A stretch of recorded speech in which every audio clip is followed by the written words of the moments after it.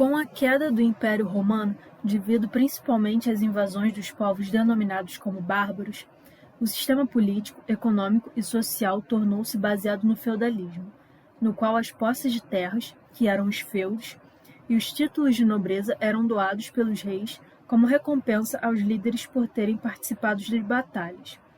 Assim, iniciamos o período da Idade Média, que também precedeu o surgimento dos países europeus que conhecemos hoje. Esse período também é chamado de Idade das Trevas, em parte porque as pessoas que viveram durante esse período estavam mergulhadas na escuridão e tinham poucos conhecimentos para guiá-las, pois viviam tendo que lidar com migrações, rebeliões e várias guerras. Mas também porque nós conhecemos pouco sobre esse período. Na arte, houve conflitos de estilos que só foram se consolidar no final desse período. Nos conventos e mosteiros existiam pessoas que amavam e admiravam a arte das civilizações antigas, e como algumas possuíam posições de poder na corte, tentavam ressuscitar essas artes.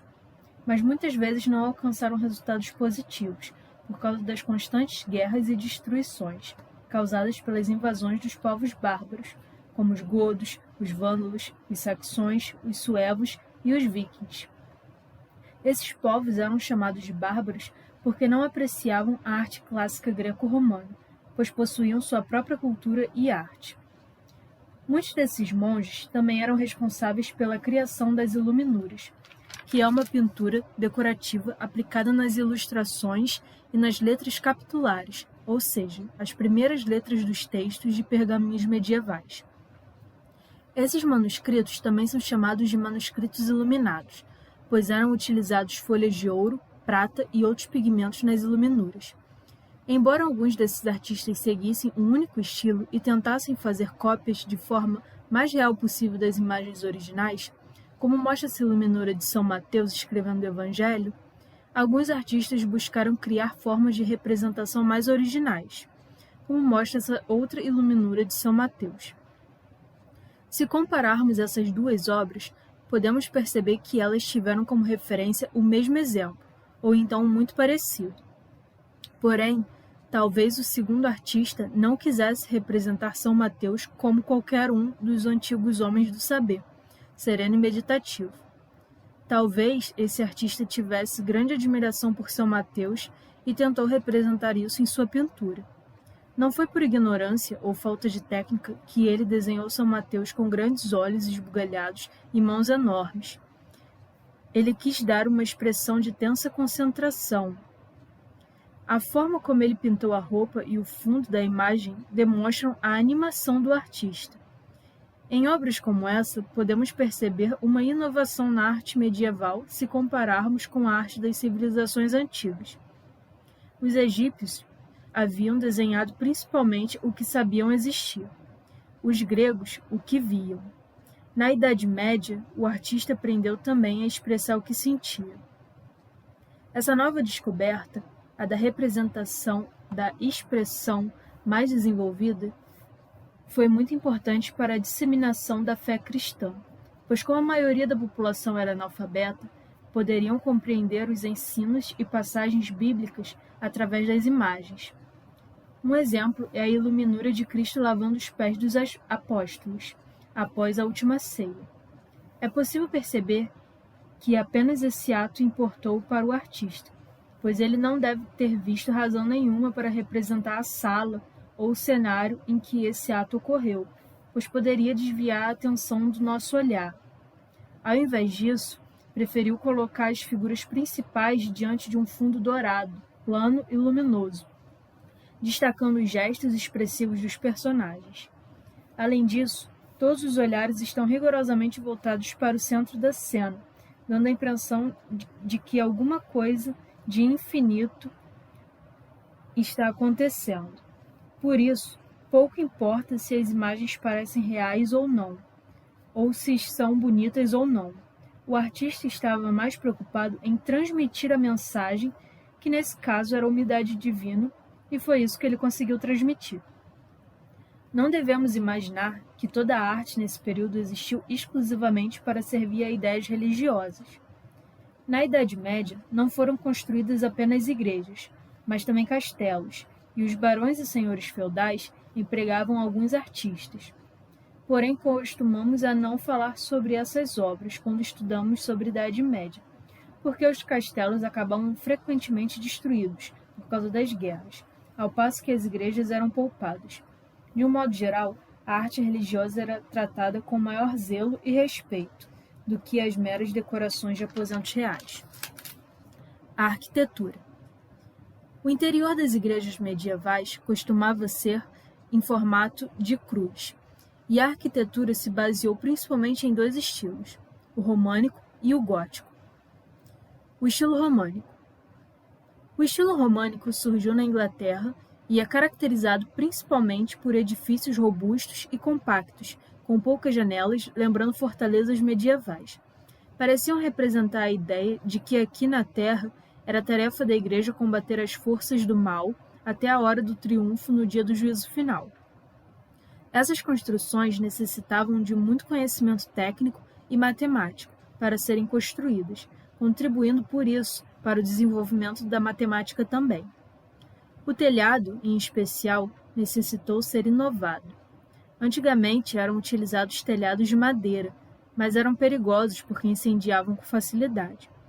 Para suprir essas dificuldades, optaram por utilizar as abóbadas, que eram construções arqueadas feitas de concreto, pedras ou tijolos.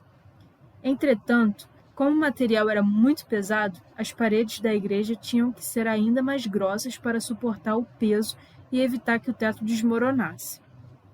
Após muitos experimentos, concluíram que a melhor alternativa eram as abóbadas de nervuras, que eram construídas a partir de arcos transversais entre as colunas e, posteriormente, preenchiam as áreas triangulares, diminuindo o peso.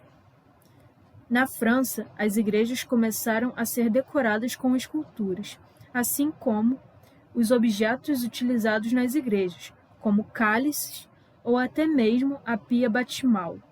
Embora a palavra decorar não seja a mais apropriada, pois tudo que pertencia à igreja tinha a função de ensinamento das passagens bíblicas para os fiéis. A ideia era que as imagens poderiam fazer para os analfabetos o que a escrita faz pelos que sabem ler. Estilo gótico. Um pouco depois do surgimento do estilo românico, um novo estilo surgiu, dessa vez com início na França, o estilo gótico. Esse nome possuía um sentido pejorativo e foi criado pelos estudiosos dos séculos seguintes, em referência aos povos bárbaros, como os godos. A ideia é que esse estilo aparentava ser tão grotesco ou feio que só poderia ter sido feito por um povo bárbaro. Com maiores desenvolvimentos nos conhecimentos arquitetônicos e matemáticos, foi possível realizar construções muito diferentes do estilo românico. Não havia necessidade das paredes serem grossas, aparentando serem construções robustas, e nelas foi possível abrir enormes janelas, sem correr perigo de a estrutura desabar. As igrejas góticas tornaram-se edifícios de pedra e vidro de uma forma que o mundo nunca tinha visto até então. Além disso, elas aparentavam ser mais altas, devido à criação do arco ogival, cuja grande vantagem é que pode ser variado à vontade, mais achatado ou mais pontiagudo, de acordo com as exigências da estrutura, e das torres pontiagudas apontadas para o céu. Para auxiliar a sustentar o peso do telhado, foram criados, na parte de fora das igrejas, o contraforte e o arco-botante.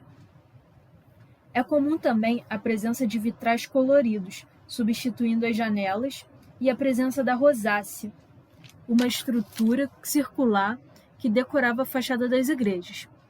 Quando vistas de dentro da igreja, a luz do sol passava por elas e iluminava o altar onde ocorrem as missas, transmitindo, através da luz e da cor, a ideia de contato com a espiritualidade e a ascensão ao sagrado. A arquitetura das igrejas góticas objetivava fazer com que os fiéis se sentissem no paraíso, para que eles pudessem compreender melhor as mensagens bíblicas que eram transmitidas. A Catedral de Notre-Dame de Paris é o exemplo mais famoso de arquitetura gótica, e talvez a sua fachada seja a mais perfeita. Também há a presença de esculturas que decoram a fachada e que também possuem como função narrar e transmitir os ensinamentos bíblicos.